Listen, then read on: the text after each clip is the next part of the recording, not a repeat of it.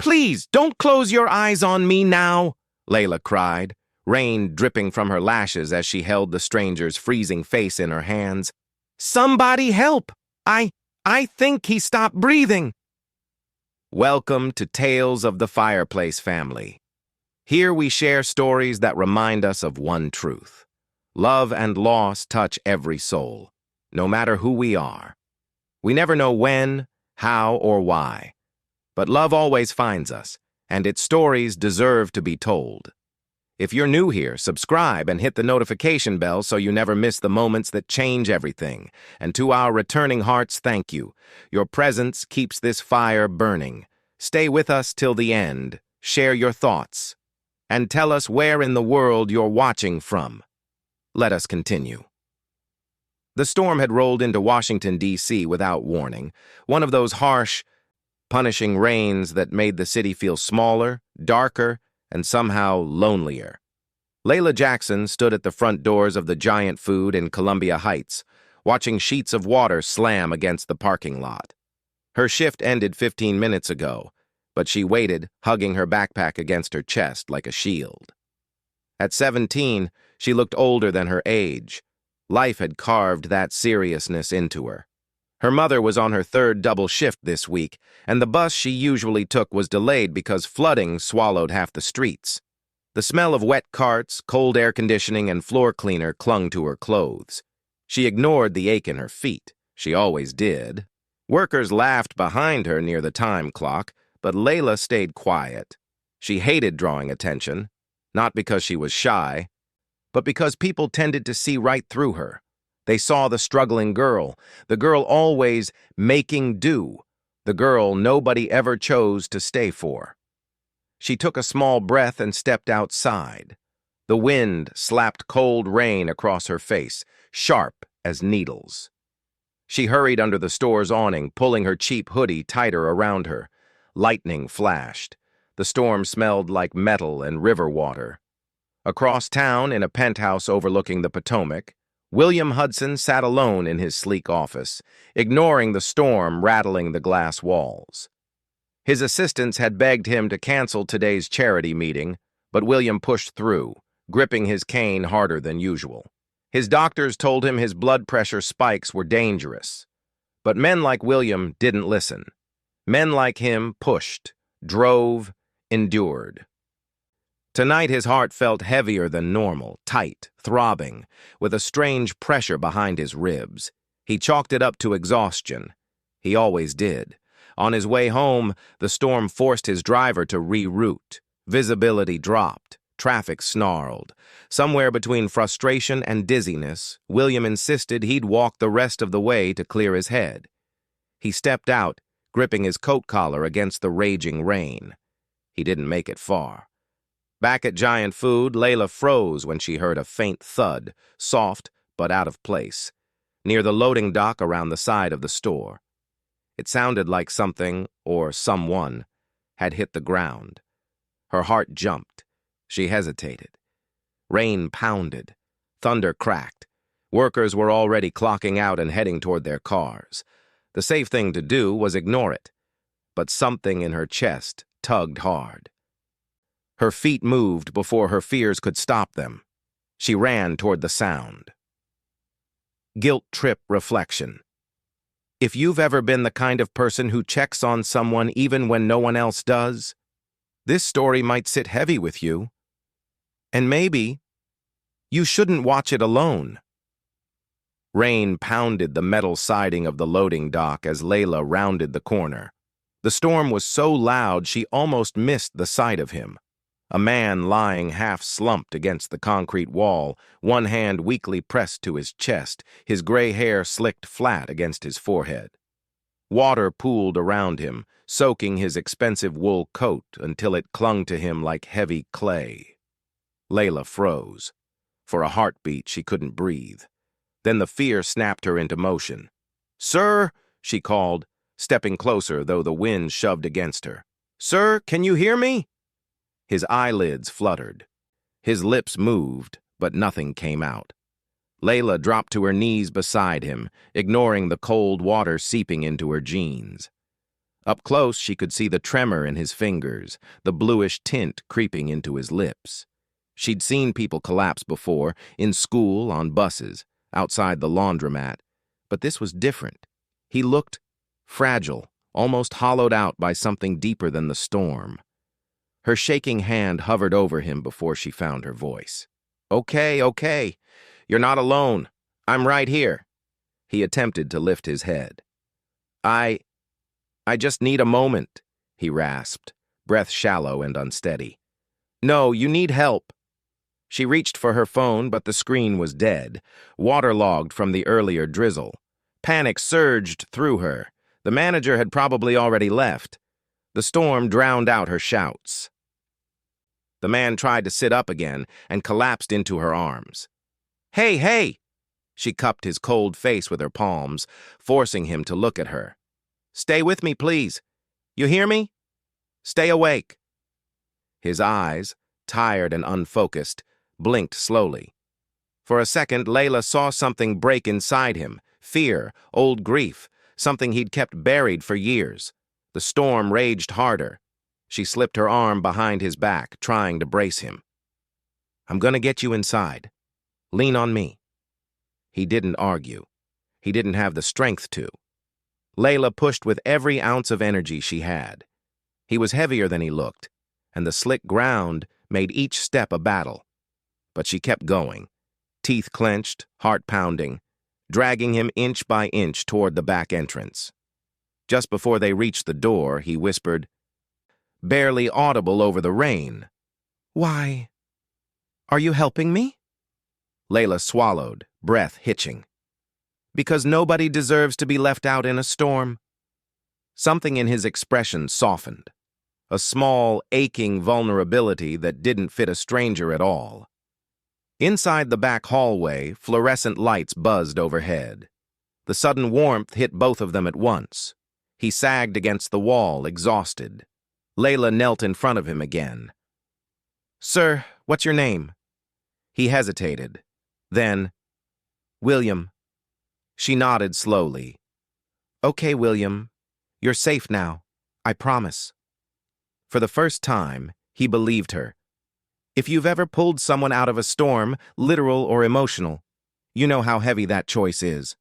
Stories like this, they remind us of who we used to be. Don't drift away from that feeling. The back hallway of the giant food store smelled faintly of cardboard and disinfectant, but for William, it felt like sanctuary. He leaned against the wall, still breathing unevenly, watching the strange young woman who had dragged him out of the storm. Leila kept pacing in front of him, wringing out her soaked sleeves, her mind racing. She wasn't supposed to be in the back area after clocking out. She could get written up, or worse, sent home without pay, and helping a stranger? A grown man? She could hear her mother's voice already. "Leila, you can't save everyone. Sometimes people hurt you for trying." But she couldn't leave him. She hated that she even considered it. William cleared his throat gently. I'll be all right now. You've done more than enough." "No, you're not all right," she shot back. Sharper than intended. Her voice cracked, betraying fear she didn't want him to see. "You collapsed out there." He straightened slightly, trying to compose himself. The rigid posture, the subtle defensiveness. It was a man used to hiding weakness, a man used to power, not vulnerability. "I shouldn't have been walking in that weather," he murmured. "Just poor judgment." Leila frowned. "That's not judgment. That's danger." Their eyes met. Two strangers suddenly tied together by a moment neither of them fully understood. But then the instinctive emotional retreat began. William looked away first. "You should go catch your bus before the roads get worse." "And leave you here?" She folded her arms, wet clothes clinging to her. "I don't think so." He exhaled, strained. "Miss, I'm a grown man. I'll manage." That's exactly what grown people say right before something bad happens. Her blunt honesty caught him off guard. His lips twitched, almost a smile, but faded quickly. "Please, you shouldn't worry about me." She hated how easily he brushed himself off, as if needing help was shameful, and he hated how exposed he felt under her steady, unflinching gaze. Two different lives, two different emotional shields, both rising at once. From the far end of the hall, Leila suddenly heard her manager's voice. Panic shot through her. She stepped closer to William, whispering, "Please, just look like you're waiting for someone, okay?" He blinked, confused but compliant. The manager walked by, barely glancing at them, grumbling about the storm knocking power lines out. When his footsteps faded, Leila sighed with relief. "You didn't have to hide me," William said softly. "You didn't have to collapse in the rain," she replied. Silence, not hostile, just heavy, loaded with things unsaid. William shifted uncomfortably. "I don't want to be a burden." "You're not," she whispered, surprising even herself. But the walls between them were back up. The fear, the pride, the need to pretend everything was fine. Two souls pulled together and pushing apart, unsure what to do next. The lights flickered overhead, once, twice, before half the hallway went dark. A low hum sputtered out as the generators kicked in. The storm had knocked out part of the power grid around Columbia Heights, and giant food was running on backup. Leila's stomach tightened. Great. Exactly what the night needed. Chaos. She turned back to William just as he swayed again, gripping the wall for balance. Instinct pulled her forward, her hands reaching out before he even fell. "I've got you," she said, steadying him by the shoulders. William's breath trembled, not just from the cold, but from the shame of feeling helpless in front of someone so young. "I'm sorry. I'm fine. Truly." "No, you're not," she answered, softer this time. "Just let me help you. Please." Before he could respond, a voice crackled through the store's intercom. "All employees and shoppers, please remain inside the building until further notice. D.C. police report that several roads are now flooded. We'll reopen once conditions are safe." Leila blinked. Forced lockdown. She wasn't going anywhere. She glanced at William, and neither was he. His expression shifted. Embarrassment, then resignation. "Seems we're stuck. Looks like it," she whispered. The manager hurried down the hall, noticing William slumped against the wall. "Everything okay here?" Leila stiffened, ready to defend him from being thrown out. But William straightened with surprising poise. "Just needed a moment out of the storm," he said calmly. "Your employee was kind enough to assist me." The manager eyed him, eyebrows raised. Even soaked and disheveled, William spoke with the confidence of a man used to boardrooms and senators' dinners. "All right then," the manager said. "Just stay inside until the city gives the clear." As soon as he left, William exhaled. Leila swallowed and nodded toward the employee break room. "It's warm in there, and there's a first aid kit. You'll dry off a little." He hesitated, pride flickering in his eyes, then dimming beneath exhaustion. "Lead the way." Inside the small break room, the hum of the vending machines filled the quiet. Leila grabbed a clean towel from the supply cabinet, leftover from when someone spilled a whole gallon of milk last week, and handed it to him. "Here." He took it gently, eyes lingering on her with gratitude he didn't know how to express. "You shouldn't be doing all this." She shrugged, pretending it didn't matter. "Guess I'm built weird." William dabbed at his face and hair. "No," he said quietly. "You're built kind." Leila froze at the word, kind, as if no one had said it to her in a long time. Her voice softened. "You don't have to talk, just rest." But he kept watching her, noting the way her hands shook slightly from the cold, the way she stood guard near the door as if protecting him from the world. Two strangers forced into the same room by a storm. Yet something warmer than the generator hum filled the air between them. An unspoken pull, an uneasy safety, a beginning neither of them chose but both needed. The storm pounded the rooftop in steady, angry waves as the minutes stretched on inside the break room. William sat hunched slightly forward, towel draped around his shoulders, eyes fixed on the floor as if the tiles held secrets he'd tried to bury for years. Leila kept her distance at first, fiddling with the vending machine buttons even though she had no money on her. Her hands were still trembling from the cold, and from the weight of responsibility she didn't ask for, yet somehow always carried. After a long silence, she finally spoke. "You should be warming up faster than this. Do you have any medical conditions I should know about?" William hesitated, jaw tightening. He was a man who lived behind glass walls, transparent yet unreachable. "I've been under a lot of stress lately," he said softly. "Too much, if I'm honest." "That's not a condition," she whispered, turning to face him. His eyes lifted to hers, and something in him cracked, just a hairline fracture, but enough. "I lost someone," William said. The room stilled. He looked away again, voice low and uneven. "My wife passed 4 years ago. Sudden. I was unprepared. I kept telling myself I'd heal by burying myself in work. But grief," his voice caught. "Grief finds its own way back." Leila's breath faltered. He continued, softer now. "I told myself tonight's walk would clear my head. But when the storm hit, I realized how alone I've let myself become." A weight pressed into the center of Leila's chest, familiar, heavy, echoing her own secret ache. She sat slowly in the chair across from him. "I know what that feels like," she murmured, "losing someone." William studied her, really studied her, for the first time.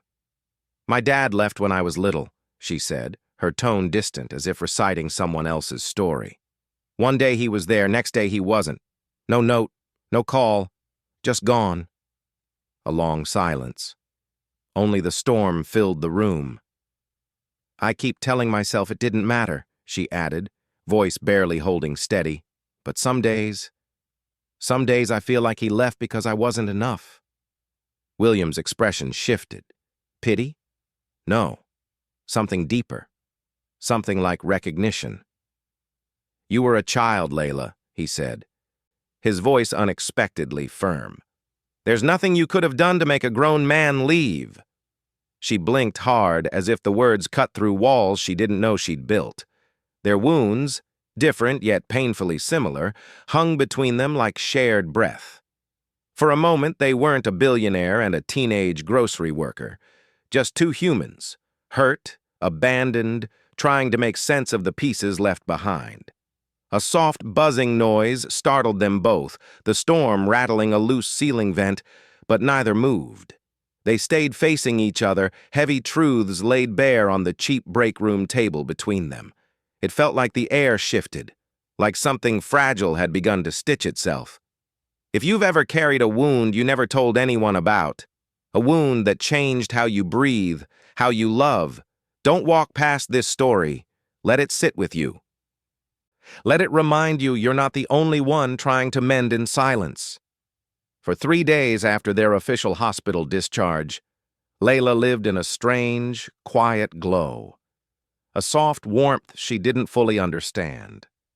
A warmth shaped like William Hudson's smile, and the way he'd looked at her when he said, "You deserved someone who stayed." But as life always does, reality showed up at her door on a gray Wednesday morning. Leila was sitting at her tiny dining table, editing a client's video on her old overheating laptop, when a slow, firm knock echoed through her apartment. Not fast, not impatient, just steady. She frowned.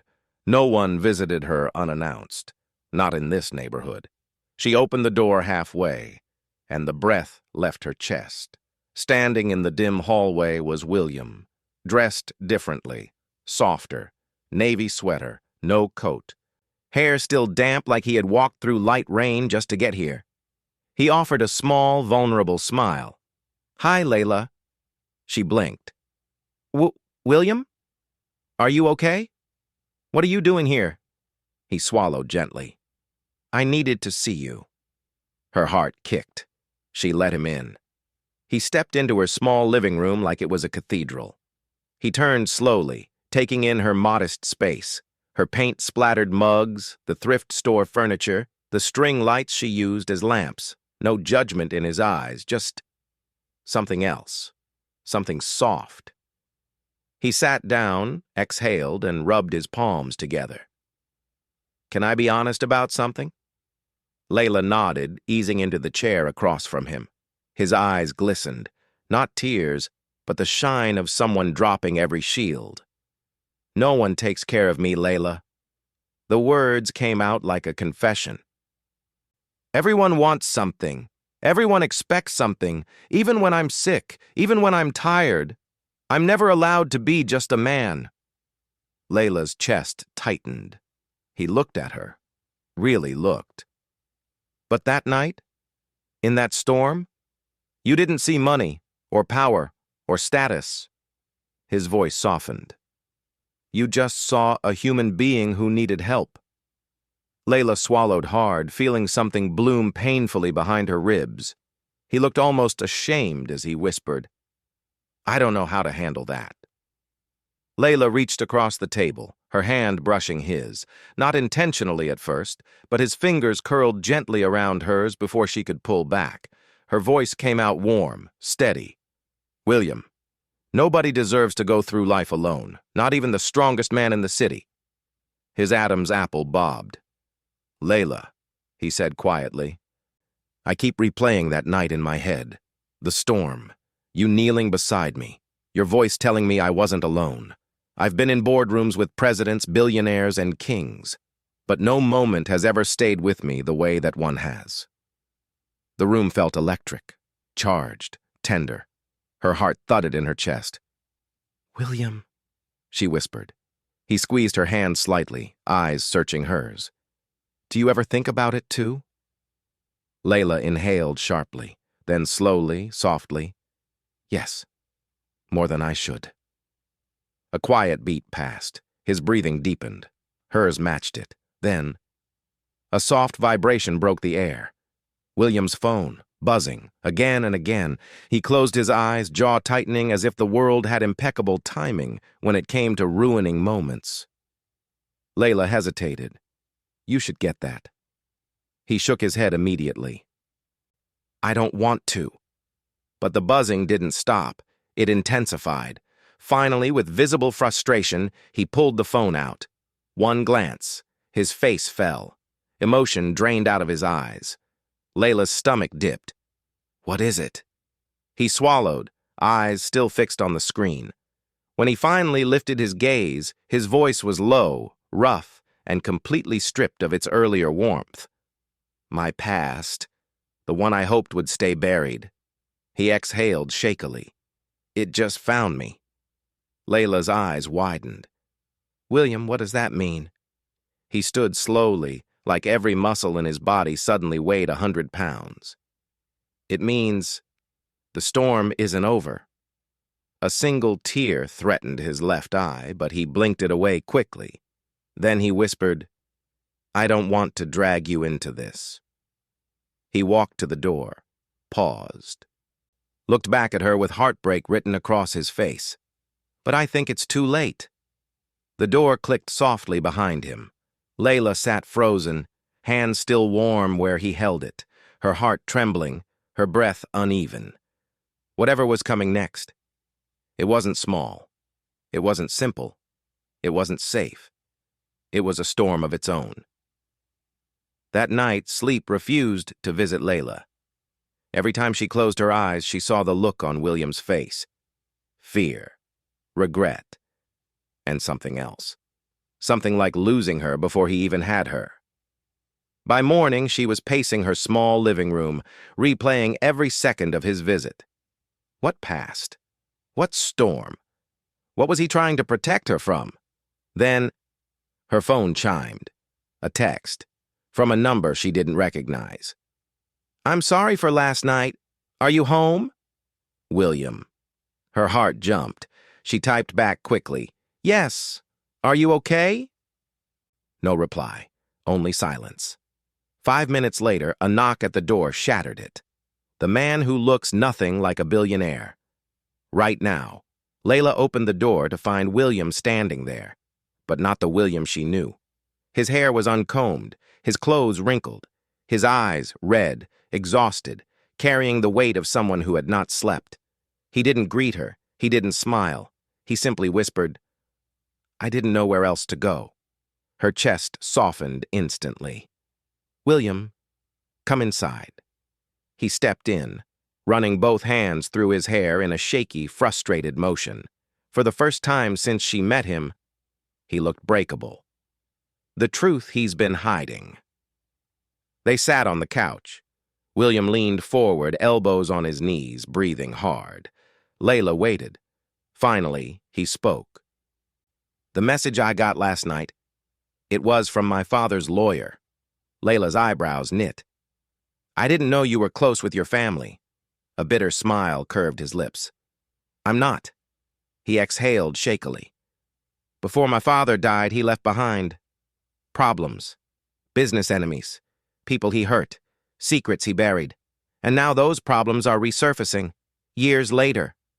Leila felt a chill climb her spine. What kind of problems? He swallowed like the word tasted sour. Blackmail. Leila's eyes widened. Blackmail? Against you? William nodded slowly. Against me. And now anyone close to me. Her heart stumbled. Close to you? William, what does that mean? He raised his eyes to hers. Tormented, torn, almost pleading. It means you. The air left her body. Me? I don't understand. He scooted closer, voice low and trembling. Someone followed me when I left your place last night. Someone sent pictures to the lawyer. Pictures of us. Leila's breath caught. Pictures? Of her and a billionaire? Her mind raced. William, I didn't ask for any of this. I'm nobody. Why would anyone target me? His answer came without hesitation. Because you matter to me. The room froze. Leila blinked. What? What do you mean I matter to you? His jaw clenched like he'd been holding the truth tightly for too long. I can't pretend anymore, Leila. You're the first person in years who sees me, just me. Not the money, not the power, not the Hudson name. His voice cracked. And that makes you a target. The confrontation with fear. Leila moved closer, resting a gentle hand on his arm. William, look at me. He did, slowly. Like he was afraid she would pull away the moment their eyes met. She didn't. You saved me in that storm, she whispered, and I saved you. That means something real. I'm not running. His brows knitted like her words physically hit him. Leila, I don't want you in danger. She held his gaze firmly. Then stop pushing me away. He inhaled sharply, a breath full of emotion he had no idea how to hide. She continued, You came here this morning because you trust me, William, because you needed someone who doesn't want anything from you, because you didn't want to face this alone. A trembling breath escaped him. She wasn't wrong. He knew it. She knew it. Slowly, hesitantly, he covered her hand with his. His voice came out as a whisper broken open. I don't know how to protect you without losing you. Her heart cracked at the vulnerability in his tone. You don't have to protect me from you, she whispered. Just let me in. The emotional spark that changes everything. A moment stretched, quiet, warm, suspended between fear and longing. Then William did something he had not done since the day she found him in the storm. He let himself feel. He lifted her hand, held it with both of his, pressed it gently against his chest, right over his heart. Leila gasped softly at the heat of him, the pounding beat under her palm. His voice shook. This has been locked for years. Tears filled her eyes. William. His gaze softened in a way that melted every corner of her soul. I'm falling for you, Leila. Her breath faltered. The room stopped. Everything stopped, except his heartbeat under her hand, loud, real, and finally free. Just as she opened her mouth to answer, a loud bang echoed against her door. Not a knock, a bang. Leila jerked. William's entire body tensed. Another bang, harder, aggressive. A man's voice shouted from the hallway. Open up! We need to talk about your friend. William shot to his feet, eyes dark, jaw steel. Leila's heartbeat skyrocketed. William, who is that? His answer came like ice. The storm. Bang, bang, bang. Miss Jackson, open the door! Leila gasped. Her full name. They knew her full name. William took her hand again, this time not gently, but protectively. Leila, get behind me. The banging grew louder. The storm had arrived. The pounding on the door grew louder, more violent, rattling her whole apartment. Bang, bang, bang. Miss Jackson, we know you're inside. Open the door now! Leila jumped at the sound, her pulse skyrocketing. William stepped in front of her instinctively, a wall of protection. Don't move, he whispered. She swallowed hard. William, who are they? How do they know my name? His voice dropped into something dark, something cold. They're connected to the people blackmailing me. A beat. And they should never have found you. Another slam shook the door. They didn't come to talk. They came to intimidate. Or worse. William exhaled sharply, then raised his voice. If you break that door, I swear to God you'll regret it. A pause. A low chuckle seeped through the crack beneath the door. A mocking, taunting laugh that crawled under Leila's skin. Relax, Hudson, the man outside sneered. We're not here to hurt your little rescuer. Leila froze. They knew everything. Then what do you want? William snapped. Another chuckle. This one darker. We want you to pay your father's debt, William, the one he conveniently left behind when he died. Leila's heart sank. Debt? To who? The man continued. And since you've been ignoring our messages, and we figured meeting Ms. Jackson would get your attention. A beat of ice-cold silence fell. Leila's breath hitched. William's voice dropped, quiet, lethal. Don't ever say her name again. Open the door, Hudson, the man said. Let's talk like civilized people. William barked a bitter laugh. You show up at her home, shouting threats, knowing her full name, and you want to pretend this is civil? The man replied calmly. You have something that belongs to us. Your father stole from powerful people. Millions, William, millions that disappeared. We believe you know where it is. William's jaw tightened. I don't have anything of his. Oh, we don't believe you, the man said lazily. Your father always said you were the smartest boy alive. If anyone knows where he hid that money, it's you. Leila's stomach twisted. This wasn't just blackmail. It was a manhunt. A hunt for something William had never asked for. Another heavy bang. Open the door, the man snapped, now impatient. William turned to her, his voice soft, steady, dead serious. Leila, go to the bedroom, now. Her lips trembled. I'm not leaving you alone with them. William cupped her face suddenly, gently but urgently, his eyes full of fear and something deeper. I can't lose you. Her breath broke. He continued, lower. Please, not because of them. Something inside her cracked wide open. She nodded, slowly. Heart pounding. She backed away toward the bedroom. But she didn't go far. Just far enough that she could still see him. William stepped toward the door. Let's end this, he muttered. Then he threw it open. Leila gasped.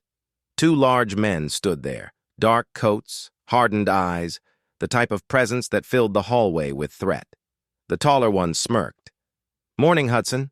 William didn't flinch. "You came to scare me. Congratulations. Now get out." The man stepped inside uninvited. Leila covered her mouth, her body trembling.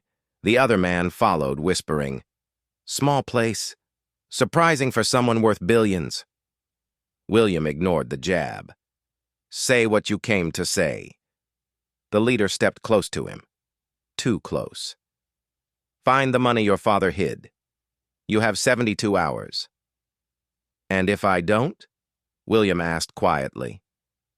The man tilted his head toward the bedroom, toward Leila. Her heart dropped straight to the floor. The man's voice iced over. "Then we start collecting in ways you won't like." William's fists clenched so hard his knuckles went white. "Touch her," he growled, "and I swear." The man smirked. "You'll what? You're alone, Hudson. No security, no lawyers. Just you and your pretty little storm angel." Leila's breath shook violently. Storm angel. They knew too much. The man leaned in, voice low. "You want her safe? Bring us the money." He turned and walked out. The second man followed, shooting Leila a cold, assessing look that made her shiver from the inside. William slammed the door shut, hard. William stood there, shoulders trembling, breathing ragged, fists clenched so tight they shook. Leila rushed to him. "William!" He stepped back instinctively like he feared he might break her if she got too close. "No," he whispered. "Leila, you shouldn't be near me." Her eyes blurred with tears. "Don't say that. Please."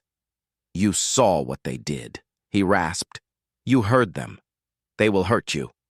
Because of me." She grabbed his arm, firm, refusing to let him retreat into that cold shell he lived in. "William Hudson, look at me." He didn't. "Look at me," she repeated, voice cracking, slowly, painfully. He lifted his eyes. What she saw there broke her heart. Fear, rage, helplessness, and a love he didn't know how to control. "Leila, they're going to destroy your life," he whispered. She stepped closer. "And what about you?" she asked softly. "Who protects you, William?" He blinked hard. No one. He had no one. So she said what no one had ever said to him before. "Then let me." William closed his eyes like her words physically hurt him. "Leila, you don't understand. If I don't give them what they want, they'll come back. Worse. They will take everything." She reached up and touched his cheek gently. "Then we face it together." His breath shuddered. He caught her hand against his face, holding it like it was the only steady thing in his universe. Slowly, painfully. He whispered the words he never planned to say, "I love you." Her heart burst open. Before she could answer, a loud beep from his phone cut through the moment. William froze. Leila's stomach dropped. He looked at the screen. Then his face drained of all color. "William?" she whispered. "What is it?" His voice was barely audible. "They took someone I care about." Leila's heart stopped. "Who?" William swallowed hard. "They took my sister." The room spun. The storm wasn't just knocking at the door. It had finally broken inside. 72 hours. One sister missing. And a billionaire finally done running from his past.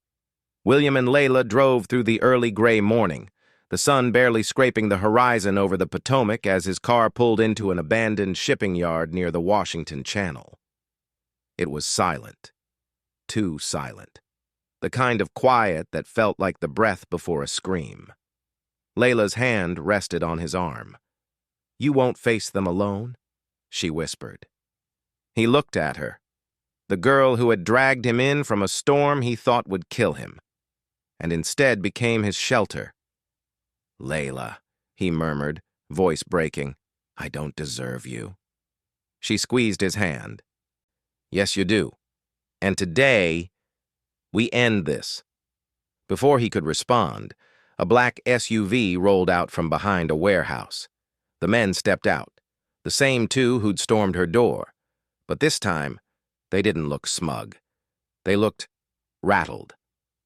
The leader pushed William's sister, Caroline, forward. She stumbled, wrists tied, but she was alive. Her eyes locked on William instantly. "Will!" she cried out. "Caroline!" he shouted, surging forward. The man raised a gun. William froze. Leila sucked in a breath. "Payment?" the man demanded. William lifted a small metal box from his coat. Not money, not evidence. Something far more valuable. His father's encrypted ledger drive, the only thing the men had ever cared about. "You want the truth?" William said, stepping forward slowly. "You've been looking in the wrong place. My father didn't hide money from you." He tossed the box to the ground between them. "He hid proof of what your boss did. Proof that could destroy all of you." The man stiffened. William continued, voice cold and sharp. "And if you hurt my sister or Leila, I swear the entire drive goes public. Every news station in America, every federal agency." A tense silence. The men looked at each other. They believed him. They knew he had the reach. Finally, the leader growled, "Fine. Take them. But this isn't over." They backed away, got in the SUV, and sped off into the rising morning light. Just like that. The storm that had drenched their lives began to break. Caroline collapsed into William's arms. He held her like he'd found a missing piece of his soul. Then she turned to Leila. "You must be the girl he won't shut up about," she said breathlessly. Leila's cheeks warmed. William blinked. Caroline, seriously?" His sister smiled knowingly. "Will, I've never seen you look at someone the way you look at her." He tried to speak, failed, and then Leila stepped toward him. "We made it," she whispered. William cupped her face gently, forehead resting against hers. "You saved my life the night we met," he said. "I thought the storm was a punishment. But maybe it was God's way of pushing me toward the one person who could pull me out of it." Her breath trembled. "William." He took her hand, steady, sure, warm.